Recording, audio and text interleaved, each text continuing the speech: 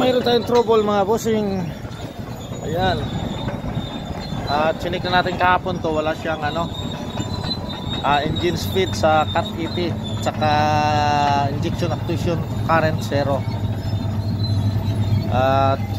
Nag-check tayo ng kanyang mga speed sensor. Yung linya galing sa sa ICE. Dito mayroon siyang 1.36 lang. Itong kulay brown at saka green. Tapos sa kabila okay yung kanyang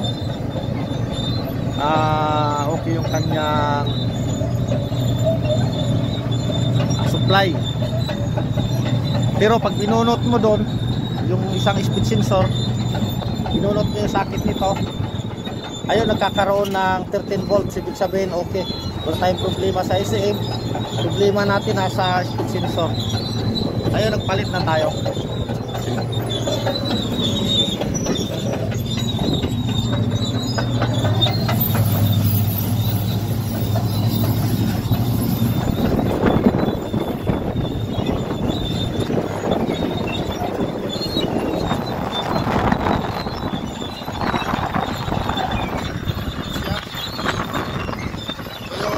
Secondary speed sensor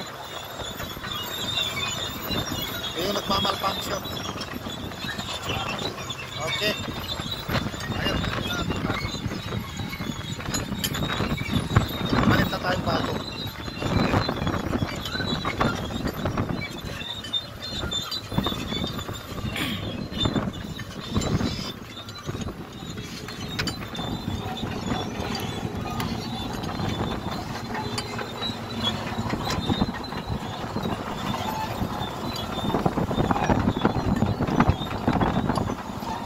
Pay-o-ring na, yung?